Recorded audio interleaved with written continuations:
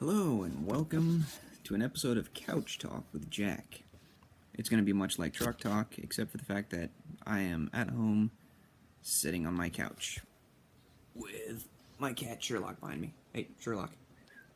Hey, buddy. Sherlock. Say hi to the camera.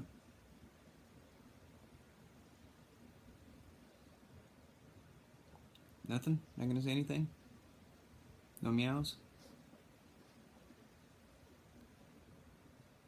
Yeah, alright, whatever. That's fine.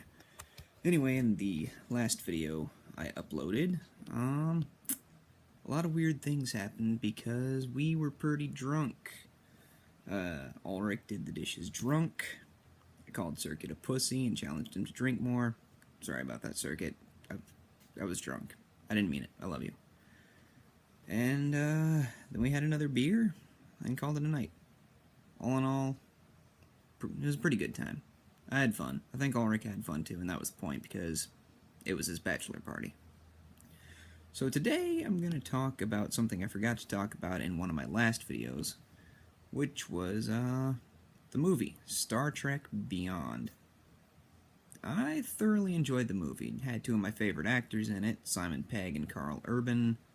The plot was pretty good. There's one massive hole in it, I think, though. And that stems from the fact that the Enterprise is an exploration ship, not a warship. If they'd had a proper warship, spoiler alert, I think they would have been able to deal with the swarm with, not much trouble. So then I went and did some research, and I came across an article, which I don't remember where I found it, but it was comparing the Enterprise to a bunch of different ships from Star Wars. Well, the Enterprise, being an exploration ship, not exactly heavily armed. I believe the article said that a standard Imperial Star Destroyer has the Enterprise outgunned by like a factor of 20 to 1 or something like that. It also has more tonnage and a lot more crew.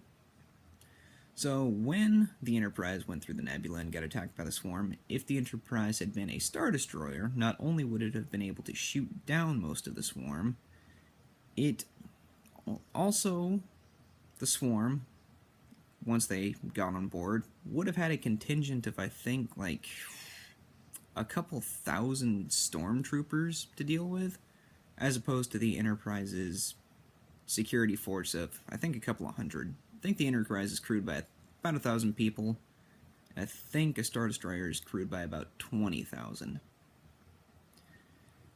Plus the fact that I think stormtroopers are a little bit better trained than a Starfleet security force.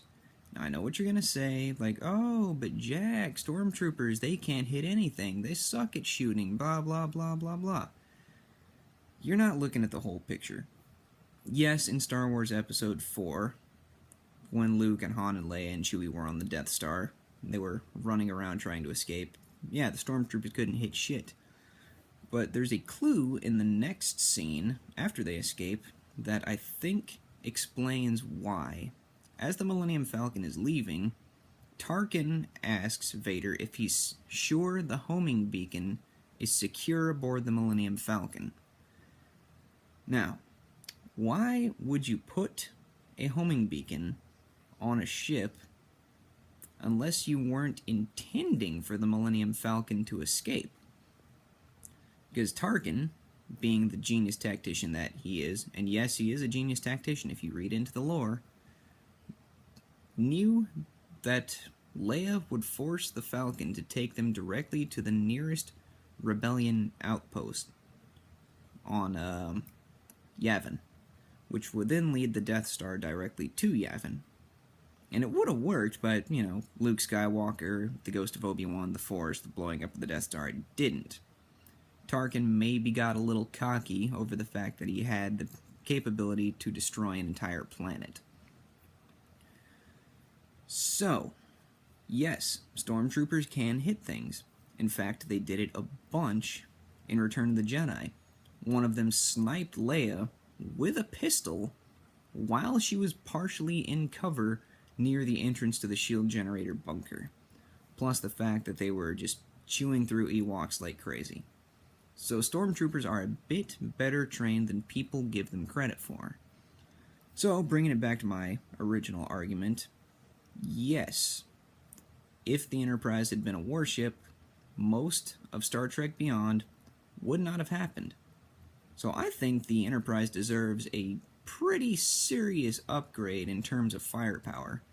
I mean, if you're going out and exploring the unknown regions of space, you know the Klingons are out there, the Romulans. I don't know if the Borg were even a thing in the original Star Trek series, but there's a lot of hostile aliens out there. And yes, the Enterprise's main objective is to explore new worlds, meet new people, but there's a good chance that a lot of those people are gonna want to kill you. So, I know Starfleet can build warships. That was a pretty big plot point in Star Trek Into Darkness when they built the USS Vengeance. So I think, when the Enterprise finally gets rebuilt, J.J. Abrams, it's okay, I think, if you stick a lot more guns into that ship. I think Kirk might be tired of losing crew members. Just saying, I'm not a filmmaker or anything, but common sense hopefully prevailing here. Get the Enterprise some more guns. Anyway, that's it for this episode of Couch Talk. I'm Jack. That's Sherlock. Sherlock. Yep, there's the camera. You want to say bye? Want to say bye to the YouTubes? Sorry, YouTube, you just got snubbed. I'll see you next time.